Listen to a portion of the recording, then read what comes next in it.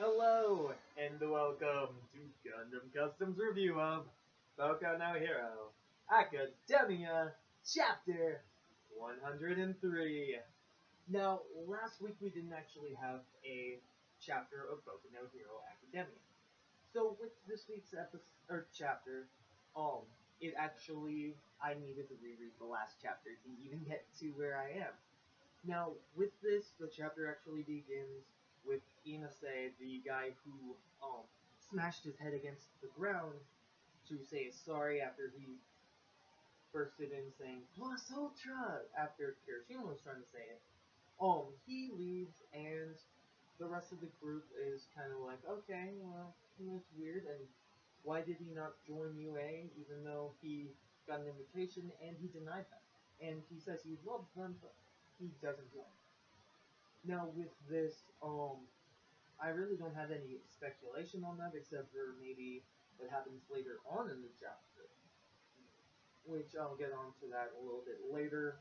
But with this, or he could just like his privacy in that case because UA has got a lot of people who are like, oh yeah, we see them on TV all the time, like Midoriya, Bakugo, and their group actually just plus 1A actually, if I'm not mistaken. But with this, you actually have him leave and a new character comes in. And she says, Aizawa, how are you? And it, she asks him to marry her. Yeah, that was awkward. But with this, we actually find out her name is Miss Jokes. Her ability is called Roaring Laughter, in which if she can make an opponent laugh, she can actually make their cognitive functions worse, so they can't really work as well. So it's really effective against people. So like if it's a robot, I don't think it would work at all. So I'm guessing that's why Aizawa Sensei doesn't laugh around her. I don't even think he laughs. Maybe she's the reason. Dun dun dun. But actually, with this, we actually find she's a teacher of Ketsubutsu Academy, which is another school for superheroes, in which we see her class from her second year in that school, which is Dabi, Toga, Jin, and Atsuhiro. I'm kidding. But they look a lot like these characters, actually. I'm pretty sure they are, though. Like, I don't think we get the other three's names, but I think the guy who looks a lot like Dabi is called Shimado?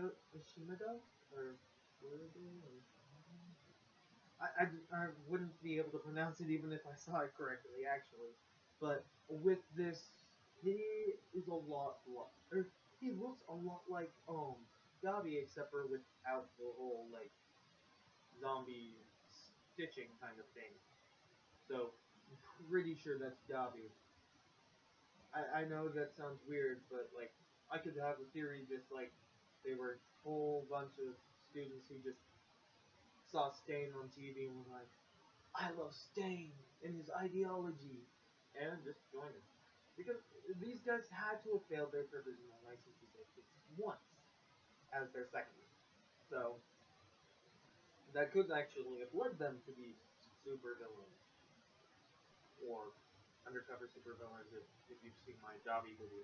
But with this, we actually have these four new characters whom I really think are the bad guys. It would actually make a lot of sense as Tomura is trying to get smarter and stronger as a villain.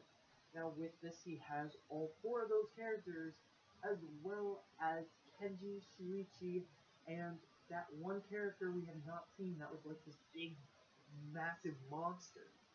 So the big, massive monster, Shuichi and Kenji, should be enough at the moment for Tomura, and they're probably going to try to get Sensei out. So all for one. Yeah, all for one. With this, it could make some sense having those characters be the bad guys, which I really hope they are because they look a lot like them. Because Toga's had that mask on, so you can't really tell, but you could probably just have her change her hair and unless Davi's real skin is that like zombie thing, you could probably say use the same makeup artist he used.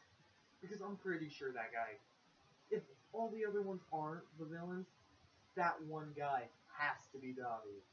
Like the hairstyle, the personality, because he shook like everybody's hand.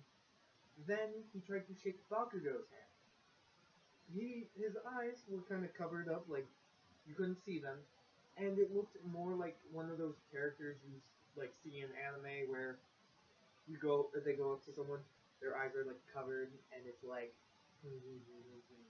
and literally he was smiling. So he has to have some kind of agenda. It could be what later on happens, but I really feel like he's Dabi, and Bakugo knows this, and he's like, or has a feeling about this or something, like he doesn't like him because of something, and boom. But with this, we actually go into the provisional license exam, in which there are 1,540 students at that gathering. Now, all of them must be of different grades and different schools. So with this, we actually have the main Class 1A with all these other students. Now, everyone's in their costumes, and we get the explanation of what's going to be happening from a really sleepy guy. He's really sleepy, and he mentions like, we worked so hard, I'm sleepy, I like REM sleep, and he talks a lot about sleep. Now, this quirk has something to do with sleep. That would be cool if he actually has a quirk, because he could just be like a building guy who's just like, yeah. But with this, we actually find out what the exam's going to be, well, part of the exam. The first part of the exam is going to be a speed-based thing in which all people have three targets. They put the targets anywhere on their body except for underneath the armpits, soles of their feet, or anywhere you can't actually get to them. So, like, say my shoulder would be okay. I'm pretty sure they actually got most of those though too. So, with this, they also get 6 balls. With this, they are told that the once all with this that if they get all or the third target hit on someone, they get a point. Now, whenever you get 2 points, you actually are good and you pass that part of the exam. Now, with this, they say it's going to be like taking about 5% of the people, and if I'm not mistaken, get rid of them all just right there and then. So with this, it's going to be a lot of people because it's 1,500 or 40. So I would probably say there's a lot of people going to be gone by the end of next chapter, most likely.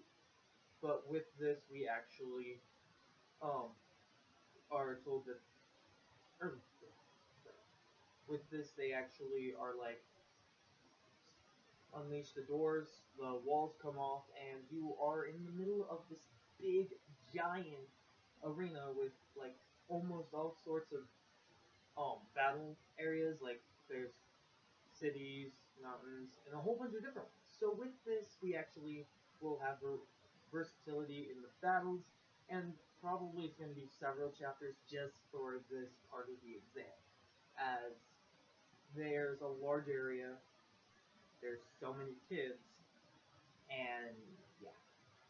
With this, Aizawa Sensei is talking to Miss Jokes, who is the teacher for Ketsubutsu Academy, and with this, she actually is like, why did you not tell them about what it was just about to happen, which is actually all the other classes kind of start to try to gang up on UA. Now, before this even happened, Midoriya's like, we should all work together, and 3 of them don't. Todoroki's more like, I'm better on my own and I get to display my skills this way, so he left. Now, Bakugo's like, this isn't a field trip, and is just running away, and Hiroshima follows. So, with this, we'll actually get 3 people away from them that we're aware of. Now with this, Midoriya and the others all start to go to try to get like everyone their badges or their pass the first part of the exam. Now with this, I hope at least one person does not get their provisional license, or at least at this part. Like I hope one fails this one. Like I don't care who it is. I just kind of want one to fail it, just so it doesn't make the class so OP. But with this, we actually have or all the other schools getting up on the UA Class 1A. Now with this, you actually hear that it happens all the time, and it's because they're famous and they have a whole bunch of knowledge or information about them out there, as the other schools don't. So, you know how Midoriya has his ability and it hurts him, and everyone's seen that because of, like, the school festival.